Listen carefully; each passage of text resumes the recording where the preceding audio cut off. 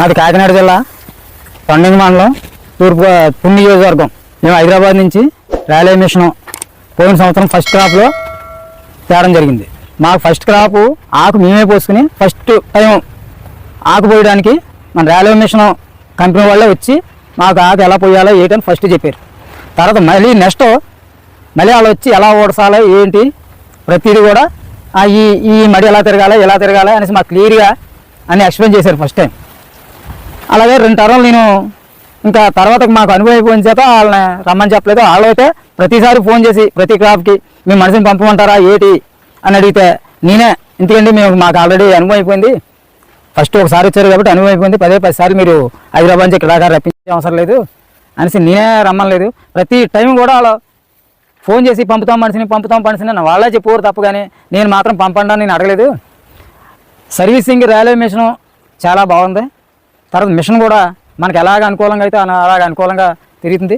ఇంకో విషయం, పెట్టుబడి కూడా చాలా తక్కువ అవుతుంది మనుషులకి దీనికి దీనికి చాలా. ఒక్క మనిషి ఉండి ఆకు తెచ్చుకుంటే ట్రైల్ తెచ్చుకుని మిషన్లో పడుచుకుంటే మనకి ఊడిపోయిపోతుంది.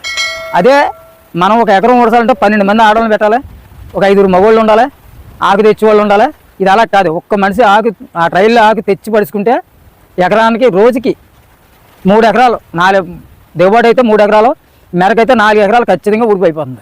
Service railway mission company service మనకి అక్కడికి 500 కిలోమీటర్లు అయినప్పటికీ మనకి ఏ టైంలో ఫోన్ చేసి రమ్మంటే ఆ టైంలో ట్రైను రిజర్వేషన్ లేకపోయినప్పుడు కూడా ఆ రైల్వే మిషన్ ఓనర్ గారు వెంటనే కంపల్సరీ బస్సు కన్నా వాళ్ళని పంపించేస్తాను. లేట్ లేకుండా నైట్ ఫోన్ చేస్తే పొద్దుట 7-8 గంటలకల్లా 500 కిలోమీటర్ల దూరంలో ఉన్న కంపల్సరీ సర్వీసింగ్ ఇస్తున్నారు. సర్వీసింగ్కి మాత్రం భయపడాల్సిన పని లేదు. మనమైతే రైల్వే మిషన్ కంపెనీ కంపల్సరీ తీసుకొని 10 మందికి మన రైతుకి మనకు ఉపయోగపడడానికి మనకి ఖర్చు ఎక్కువ వద్ది. ఈ లేబర్తో మనం కష్టపడలేము. తిరిగి వీళ్ళు ప్రస్తుతానికి అయితే లేబర్ అయితే మనకు దొరుకుతలేదు కాబట్టి రైల్వే మిషన్ కంపెనీ తీసుకుని 10 ఎకరాల రైతు ఉన్న ప్రతి రైతు కూడా తీసుకోవచ్చు.